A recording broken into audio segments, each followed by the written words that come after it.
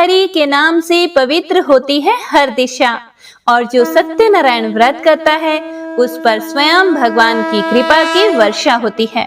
तो आइए आज पूर्णिमा पर पूरे भक्ति भाव से सुनते हैं श्री सत्यनारायण भगवान की अद्भुत कथा। जय श्री गणेश। एक समय की बात है, नैमिषारण्य तीर्थ में शौनक आदि 88,000 ऋषियों ने श्री सूत जी महाराज से पूछा कि हे प्रभु, इस कलयुग में वेद विद्या रहित मनुष्यों को प्रभु भक्ति किस प्रकार मिल सकती है तथा उनका उद्धार कैसे होगा। हे मुनि श्रेष्ठ, कोई ऐसा तप बताइए जिससे थोड़े समय में ही पुण्य मिले और मन वांछित फल भी मिल जाए। इस प्रकार की कथा सुनने की हम लोगों की बड़ी इच्छा है। सभी शास्त्रों के ज्ञाता श्री सूत जी महाराज बोले, हे वैष्णवों में पूज्य, आप सभी ने प्राणियों के हित की बात पूछी है, इसीलिए मैं एक ऐसे श्रेष्ठ और व्रत के बारे में आप लोगों को जरूर बताऊंगा, जिसके बारे में नारद जी ने लक्ष्मी नारायण जी से पूछा था और लक्ष्मीपति श्री हरि ने नारद जी से कहा था। अब आप भी इसे ध्यान पूर्वक सुनिए। एक समय की बात है, नारद जी दूसरों के हित की इच्छा के लिए अनेकों लोकों में घूमते हुए मृत्यु लोक में जा पहुंचे। यहाँ उन्होंने अनेक योनियों में जन्मे सभी मनुष्यों को अपने कर्मों के अनुसार पीड़ा झेलते हुए देखा। उनका दुख देखकर नारद जी सोचने लगे कि ऐसा क्या किया जाए जिससे निश्चित रूप से मानव के दुखों का अंत हो जाए। इसी विचार पर मनन करते हुए वह विष्णु लोक में गए और वहां पर नारायण जी की स्तुति करने लगे और बोले, हे भगवान, आप अत्यंत शक्ति से संपन्न हैं, निर्गुण स्वरूप, सृष्टि के कारण भक्तों के दुख को दूर करने वाले हैं। आपको मेरा प्रणाम है। नारद जी की स्तुति सुनकर विष्णु भगवान बोले, हे मुनि श्रेष्ठ, आपके मन में क्या बात है, उसे आप निसंकोच कहें। इस पर नारद मुनि बोले कि मृत्यु लोक में अनेक योनियों में जन्मे मनुष्य अपने कर्मों के द्वारा अनेकों दुख से दुखी हो रहे हैं। हे मेरे प्रभु, आप तो यह बताइए कि वह मनुष्य थोड़े समय में ही, थोड़े प्रयास करके ही अपने दुखों से कैसे छुटकारा पा सकते हैं। तब भगवान श्री हरि विष्णु बोले, हे देव ऋषि नारद, मनुष्यों की भलाई के लिए आपने बहुत ही उत्तम प्रश्न पूछा है। स्वर्ग लोक और मृत्यु लोक दोनों में ही एक दुर्लभ उत्तम व्रत है जो पुण्य देने वाला है। आज मैं प्रेम वश होकर तुमसे कहता हूँ, श्री सत्यनारायण भगवान का व्रत अच्छी तरह विधान पूर्वक करके मनुष्य तुरंत ही यहाँ सुख भोग कर मरने पर मोक्ष पाता है। हे प्रिय भक्तों, श्री सूत जी बोले कि हे ऋषियों, श्री हरि के वचन सुनकर नारद जी बोले कि उस व्रत का फल क्या है प्रभु, और उसका विधान क्या है। यह व्रत किसने किया था और इस व्रत को किस दिन करना चाहिए, आप सब कुछ हमें विस्तार पूर्वक बताएं। हे प्रिय भक्तों, नारद जी की बात सुनकर फिर श्री हरि विष्णु बोले कि हे नारद, दुख व शोक को दूर करने वाला, यह सभी स्थानों पर विजय दिलाने वाला है। मानव को भक्ति व श्रद्धा के साथ शाम को श्री सत्यनारायण भगवान की पूजा धर्म परायण होकर ब्राह्मणों व बंधुओं के साथ करने के साथ ही यथाशक्ति अनुसार भक्ति भाव से भगवान का भोग लगाना चाहिए, आरती करनी है और ब्राह्मणों सहित बंधु बांधवों को भी भोजन कराना है। उसके बाद स्वयं भोजन करना है, कीर्तन करना है और भजन के साथ भगवान की भक्ति में लीन हो जाना है। इस तरह से सत्यनारायण भगवान का यह व्रत करने पर मनुष्य की सारी इच्छाएं निश्चित रूप से ही पूरी होती हैं। इस कली काल अर्थात कि कलयुग में मृत्यु लोक में मोक्ष का यही एक सरल उपाय बताया गया है। हे प्रिय भक्तों, सत्यनारायण व्रत कथा का प्रथम अध्याय संपूर्ण। तो प्रेम से बोलिए श्री सत्यनारायण भगवान की जय। हे प्रिय भक्तों, तो आइए अब सुनते हैं श्री सत्यनारायण भगवान की व्रत कथा का दूसरा अध्याय। श्री सूत जी महाराज बोले, हे ऋषियों, जिसने पहले समय में इस व्रत को किया था, उसका इतिहास कहता हूँ, ध्यान से सुनो। सुंदर काशीपुरी नगरी में एक अत्यंत निर्धन ब्राह्मण रहता था।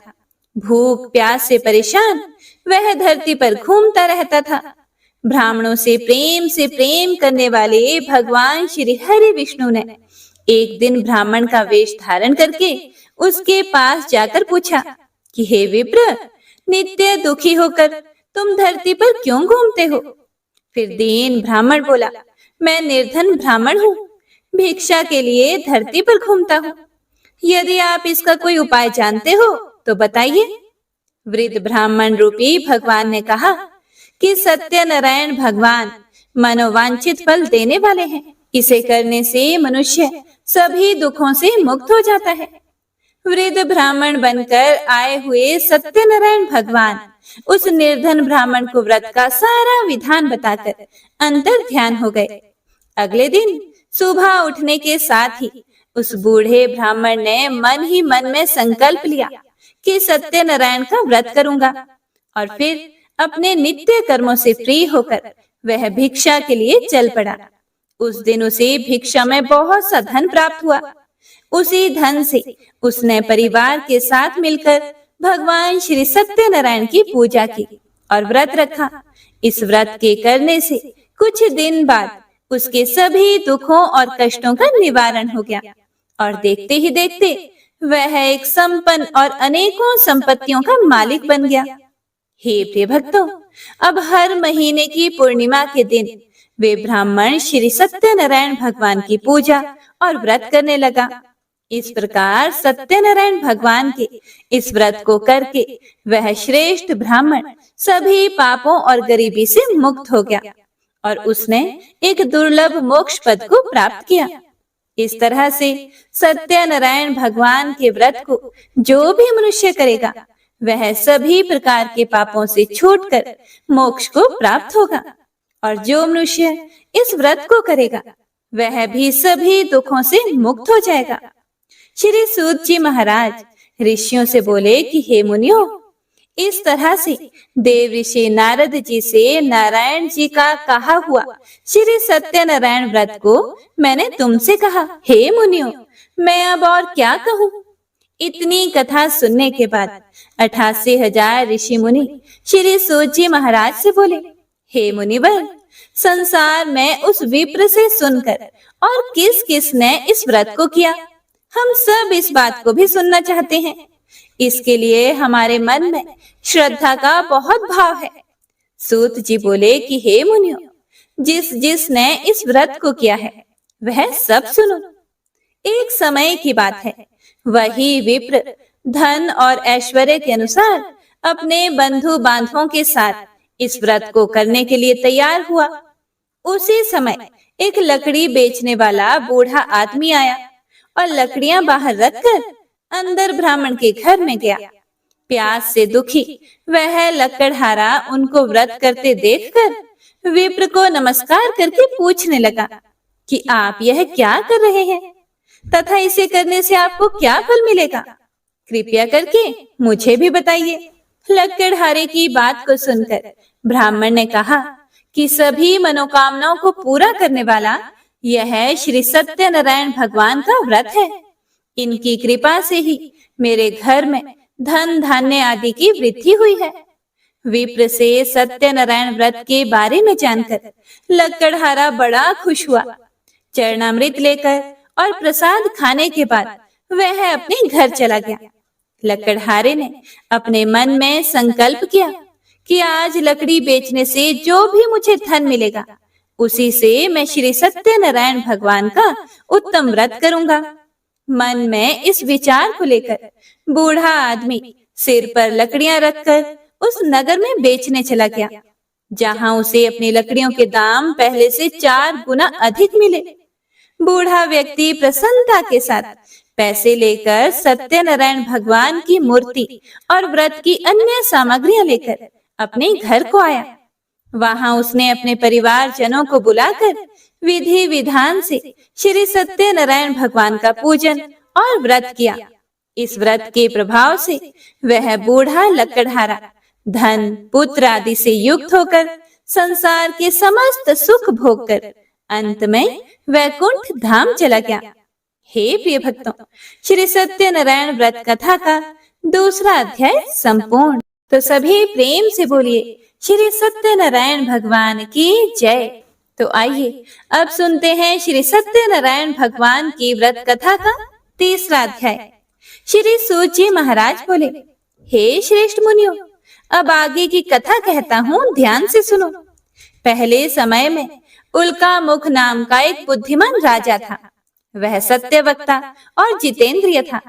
प्रतिदिन वह देव स्थानों पर जाता था और निर्धन व्यक्तियों को धन देकर उनके कष्ट दूर करता था। उसकी पत्नी कमल के समान मुख वाली तथा सती साध्वी थी। भद्रशिला नदी के तट पर उन दोनों ने श्री सत्यनारायण भगवान का व्रत किया। उसी समय साधु नाम का एक वैश्य आया। उसके पास व्यापार करने के लिए बहुत सा धन भी था।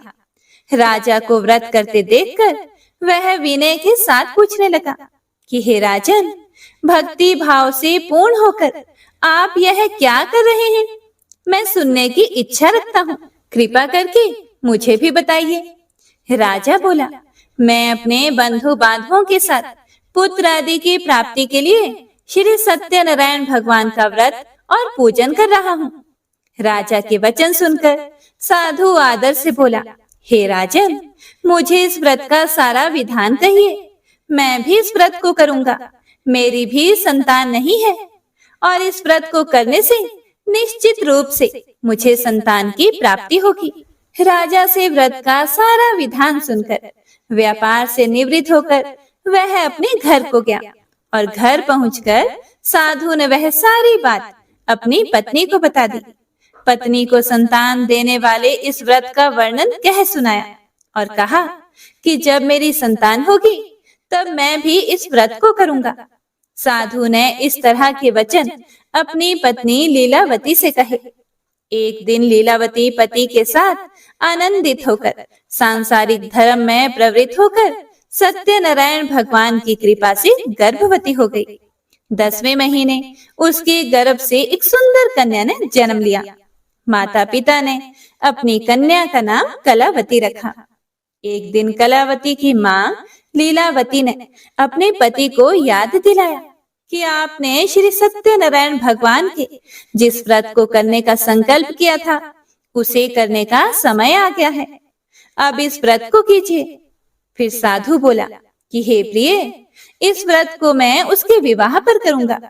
इस प्रकार अपनी पत्नी को आश्वासन देकर वह नगर को चला गया। इधर कन्या कलावती पिता के घर में जल्दी जल्दी बढ़ने लगी। उसके बाद धर्मज्ञ साधु ने नगर में सखियों के साथ क्रीड़ा करती हुई अपनी कन्या को विवाह योग्य देखकर आपस में मंत्रणा करके अपने दूत से बोले, कन्या विवाह के लिए श्रेष्ठ वर की खोज करो। दूत से ऐसा कहकर शीघ्र ही उसे भेज दिया।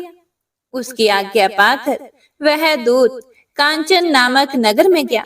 वहां से एक वणिक का पुत्र लेकर आया। उस साधु ने उस वणिक के पुत्र को सुंदर और गुणों से संपन्न देखकर अपनी जाति के लोगों तथा बंधु बांधवों के साथ संतुष्ट चित होकर विधि विधान से वणिक पुत्र के हाथ में कन्या का दान कर दिया। लेकिन हे प्रिय भक्तों, दुर्भाग्य की बात यह है कि साधु ने अभी भी श्री सत्यनारायण भगवान का व्रत नहीं किया। इस पर तो श्री भगवान क्रोधित हो गए और श्राप दे दिया। अपने कार्य में कुशल साधु बनिया अपने दामाद को लेकर समुद्र के पास स्थित होकर रतनसारपुर नामक नगर में गया। वहां जाकर दामाद और ससुर दोनों मिलकर चंद्रकेतु राजा के नगर में व्यापार करने लगे।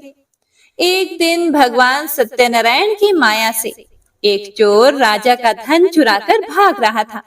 उसने राजा के सिपाहियों को अपना पीछा करते हुए देख लिया और यह देखकर चोर ने चुराया हुआ धन वहां रख दिया जहां पर साधु अपने दामाद के साथ ठहरा हुआ था। राजा के सिपाहियों ने साधु वैश्य के पास राजा का धन पड़ा देखा तो वह ससुर और दामाद दोनों को बांधकर प्रसन्नता से राजा के पास दौड़ कर ले गए और कहा कि उन दोनों चोरों को हम पकड़ कर लाए हैं। हे राजन, आप आगे की कार्यवाही की आज्ञा दे दें। राजा की आज्ञा से उन दोनों को कठिन कारावास में डाल दिया गया और उनका सारा धन भी उनसे छीन लिया गया। श्री सत्यनारायण भगवान के श्राप से वणिक के घर में उसकी पत्नी भी बहुत दुखी हो गई और उनके घर में सारा का सारा जो धन था वह चोरों ने चुरा लिया। और इधर वैश्य की पत्नी लीलावती शारीरिक तथा मानसिक पीड़ाओं से युक्त भूख और प्यास से दुखी होकर अन्न की चिंता से दर दर भटकने लगी और उनकी कन्या भी भोजन के लिए इधर उधर प्रतिदिन घूमने लगी। एक दिन भूख से पीड़ित कलावती एक घर में गई। वहां जाकर उसने श्री सत्यनारायण भगवान के व्रत पूजन को देखा। वहां बैठकर उसने कथा भी सुनी और वरदान भी मांगा। उसके बाद प्रसाद ग्रहण करके वह कुछ रात होने पर घर आ गई। माता ने कलावती कन्या से प्रेम पूर्वक पूछा, हे पुत्री, रात में तू कहाँ रुक गई थी? तुम्हारे मन में क्या बात है? कलावती ने अपनी माता से कहा, हे माते, मैंने एक घर में मनोरथ प्रदान करने वाला व्रत देखा है। कन्या के वचन सुनकर लीलावती भगवान के पूजन की तैयारियां करने लगी और वह वणिक की पत्नी कलावती भी व्रत करने को तत्पर हुई और प्रसन्न मन से उस साध्वी लीलावती और कलावती ने बंधु बांधवों के साथ भगवान श्री सत्यनारायण का व्रत किया तथा इस प्रकार प्रार्थना की कि हे भगवान, आप हमारे पति और दामाद के अपराध को क्षमा करें, वे दोनों अपने घर शीघ्र आ जाएं। इस व्रत से श्री सत्यनारायण भगवान संतुष्ट हो गए और राजा चंद्रकेतु को सपने में दर्शन देकर कहा कि हे राजन, तुम उन दोनों वैश्यों को छोड़ दो और तुमने उनका जो धन लिया है उसे भी वापस कर दो। अगर तुमने ऐसा नहीं किया तो मैं तुम्हारा धन, राज्य व संतान सभी को नष्ट कर दूंगा। राजा को यह कहकर वह अंतर्ध्यान हो गए।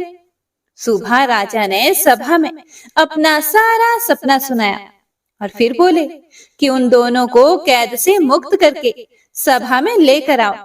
दोनों ने आते ही राजा को प्रणाम किया। राजा बोला, हे महानुभावों, प्रारब्ध वर्ष ऐसा कठिन दुख तुम्हें प्राप्त हुआ है, लेकिन अब तुम्हें कोई भी भय करने की जरूरत नहीं है। ऐसा कहकर राजा ने उन दोनों को नए वस्त्र आभूषण भी पहनाए और जितना धन उनका लिया था उससे दुगुना धन वापस कर दिया।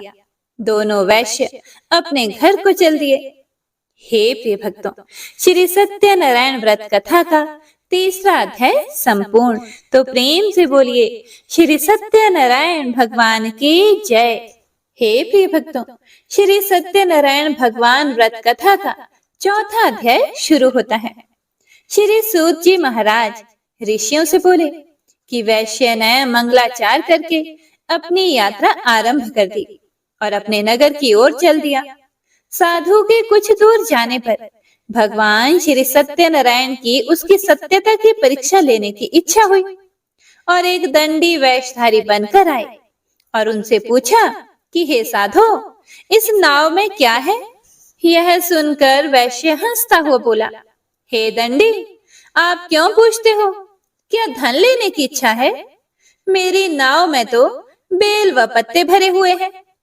वैश्य के कठोर वचन सुनकर भगवान बोले कि तुम्हारा वचन सत्य हो। दंडी ऐसे वचन कहकर वहां से दूर चले गए और कुछ दूर जाकर समुद्र के किनारे बैठ गए।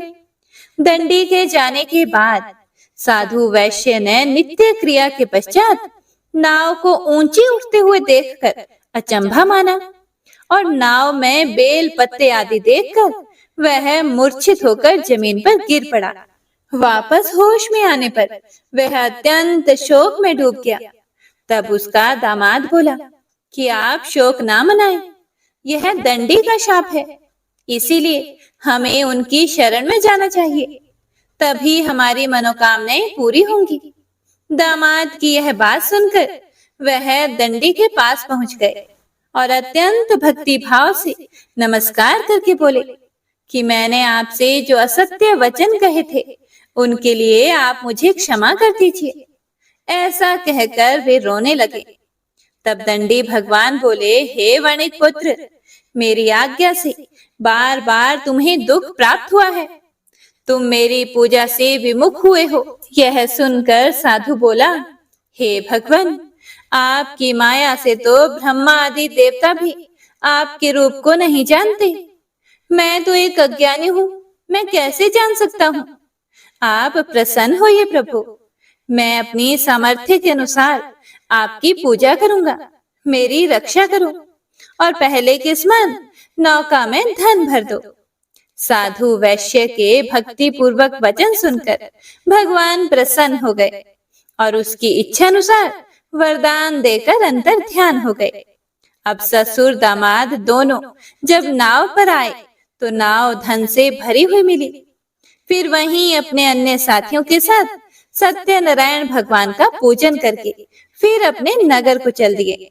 जब नगर के नजदीक पहुंचे तो दूत को घर पर खबर करने के लिए भेज दिया गया। दूत साधु की पत्नी को प्रणाम करके कहता है कि मालिक अपने दामाद सहित नगर के निकट आ पहुंचे हैं। दूत की बात सुनकर साधु की पत्नी लीलावती बड़े हर्ष के साथ सत्यनारायण भगवान का पूजन करके अपनी पुत्री कलावती से कहने लगी कि हे पुत्री, मैं अपने पति के दर्शन को जाती हूँ। तुम कार्य पूर्ण करके शीघ्र ही आ जाना। माँ के ऐसे वचन सुनकर कलावती जल्दी में प्रसाद छोड़कर अपने पति के पास चली गई। प्रसाद की अवज्ञा के कारण श्री सत्यनारायण भगवान रुष्ट हो गए और नाव सहित उसके पति को पानी में डुबो दिया। कलावती अपने पति को वहां ना पाकर रोती हुई जमीन में गिर गई और नौका को डूबा हुआ देखकर और कन्या को रोता हुआ देखकर साधु भी बहुत दुखी होकर बोला कि हे प्रभु, मुझसे तथा मेरे परिवार से जो भी भूल हुई है उसे आप क्षमा करें। साधु के दीन वचन सुनकर श्री सत्यनारायण भगवान प्रसन्न हो गए और आकाशवाणी हुई कि हे साधु, तेरी कन्या मेरे प्रसाद को छोड़कर आई है, इसीलिए उसका पति अदृश्य हो गया है। यदि वह घर जाकर प्रसाद खाकर लौटती है तो इसे इसका पति अवश्य मिलेगा। ऐसी आकाशवाणी सुनकर कलावती ने वैसा ही किया जैसा आकाशवाणी के दौरान भगवान ने कहा और फिर प्रसाद ग्रहण करने के बाद जब वह वापस आई तो अपने पति के दर्शन करके बहुत ही प्रसन्न हुई। उसके बाद साधु अपने बंधु बांधवों सहित श्री सत्यनारायण भगवान का विधि विधान से पूजन करता है। इस लोक का सुख भोग कर वह अंत में स्वर्ग लोक में जाता है। हे प्रिय भक्तों, तो इस प्रकार श्री सत्यनारायण व्रत कथा का चौथा अध्याय संपूर्ण होता है। प्रेम से बोलिए श्री सत्यनारायण भगवान की जय। हे प्रिय भक्तों, श्री सत्यनारायण भगवान व्रत कथा का 5वां अध्याय शुरू होता है। श्री सूत जी महाराज बोले, हे ऋषियों, मैं और भी एक कथा सुनाता हूँ, उसे भी ध्यान पूर्वक सुनो। प्रजापालन में लीन तुंगध्वज नामक एक राजा था। उसने भी भगवान का प्रसाद त्याग कर बहुत ही दुख सहन किया था। एक बार जंगल में जाकर वन्य पशुओं को मारकर वह बड़ के पेड़ के नीचे आया। वहां उसने ग्वालों को भक्ति भाव से अपने बंधुओं सहित सत्यनारायण भगवान का पूजन करते देखा। अभिमानवश राजा उन्हें देखकर भी पूजा स्थान में नहीं गया और ना ही उसने भगवान को प्रणाम किया। ग्वालों ने राजा को प्रसाद दिया, लेकिन उसने ये प्रसाद भी नहीं खाया और प्रसाद को वहीं छोड़कर वह अपने नगर को चला गया। हे प्रिय भक्तों, जब वह नगर में पहुंचा तो वहां सब कुछ तहस नहस हुआ पड़ा था। तो वह शीघ्र ही समझ गया कि यह सब भगवान के अनादर का ही परिणाम है। वह दोबारा ग्वालों के पास पहुंचा और विधि पूर्वक पूजा करके प्रसाद खाया। तो श्री सत्यनारायण भगवान की कृपा से सब कुछ पहले जैसा हो गया। दीर्घ काल तक सुख भोगने के बाद मरने के बाद उसे स्वर्ग लोक की प्राप्ति हुई। श्री सूत जी महाराज कहते हैं कि जो भी मनुष्य इस परम दुर्लभ श्री सत्यनारायण के व्रत को करता है और पुण्यमयी तथा फल प्रदायिनी भगवान की कथा को भक्ति युक्त होकर सुनता है, उसे भगवान श्री सत्यनारायण की कृपा से धन धान्य आदि की प्राप्ति होती है। दरिद्र धनवान हो जाता है, संतानहीन मनुष्य को संतान सुख मिलता है और बंधन में पड़ा हुआ बंधन से मुक्त हो जाता है। डरा हुआ व्यक्ति भय मुक्त हो जाता है। यह सत्य बात है, इसमें कोई भी संशय नहीं है। इस लोक में वह सभी इच्छित फलों का भोग प्राप्त करके अंत में सत्यपुर वैकुंठ लोक को जाता है। श्री सूत जी महाराज बोले कि इस प्रकार मैंने आप लोगों से भगवान श्री सत्यनारायण के व्रत को कहा, जिसे करके मनुष्य सभी दुखों से मुक्त हो जाता है। हे श्रेष्ठ मुनियों, जो भी मनुष्य नित्य भगवान श्री सत्यनारायण की इस व्रत कथा को पढ़ता या सुनता है, भगवान श्री सत्यनारायण की कृपा से उसके सभी पाप नष्ट हो जाते हैं। हे मुनीश्वरों, पूर्व काल में जिन लोगों ने भगवान श्री सत्यनारायण का व्रत किया था, उनके अगले जन्म का वृतांत कहता हूँ, आप लोग ध्यान से सुने। वृद्ध शतानंद ब्राह्मण ने सुदामा का जन्म लेकर मोक्ष की प्राप्ति की।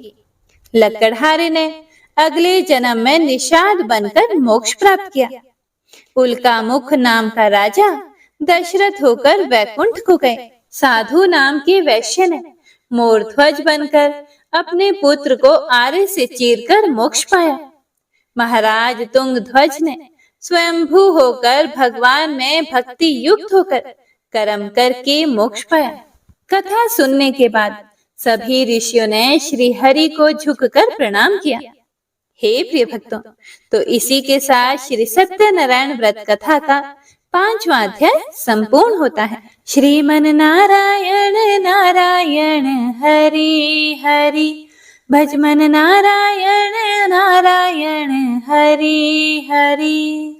श्री कृष्ण गोविंद हरे मुरारी, हे नाथ नारायण वासुदेवा। श्री सत्यनारायण भगवान की आरती। ओम जय लक्ष्मी रमणा, स्वामी जय लक्ष्मी रमणा, सत्यनारायण स्वामी जनपातक हरणा। ओम जय लक्ष्मी रमणा, रतन जटित सिंहासन अद्भुत छवि राजे, नारद करत निरंजन घंटा ध्वनि बाजे। ओम जय लक्ष्मी रमणा, प्रकट भये कलि कारण द्विज को दरस दियो, बूढ़े ब्राह्मण बन कर कंचन महल कियो। ओम जय लक्ष्मी रमणा, दुर्बल भील कठियारो जिन पर कृपा करी, चंद्रचूड़ एक राजा जिनकी विपत्ति हरी। ओम जय लक्ष्मी रमणा, वैश्य मनोरथ पायो श्रद्धा तज दिन ही, सो फल भोग्य प्रभु जी फिर स्तुति की नहीं। ओम जय लक्ष्मी रमणा, भाव भक्ति के कारण छिन छिन रूप धर्यो, श्रद्धा धारण कीनी तिनको काज सरयो। ओम जय लक्ष्मी रमणा, ग्वाल बाल संग राजा वन में भक्ति करी, मन वांछित फल दीन हो, दीन दयालु हरि। ओम जय लक्ष्मी रमणा। चढ़त प्रसाद सवायो, कदली फल मेवा। धूप दीप तुलसी से, राजी सत्य देवा। ओम जय लक्ष्मी रमणा। सत्यनारायण जी की आरती जो कोई जन गावे, कहत शिवानंद स्वामी, कहत हरि हर हर स्वामी, सुख संपत्ति पावे। ओम जय लक्ष्मी रमणा। तो प्रेम से बोलिए श्री सत्यनारायण भगवान की जय।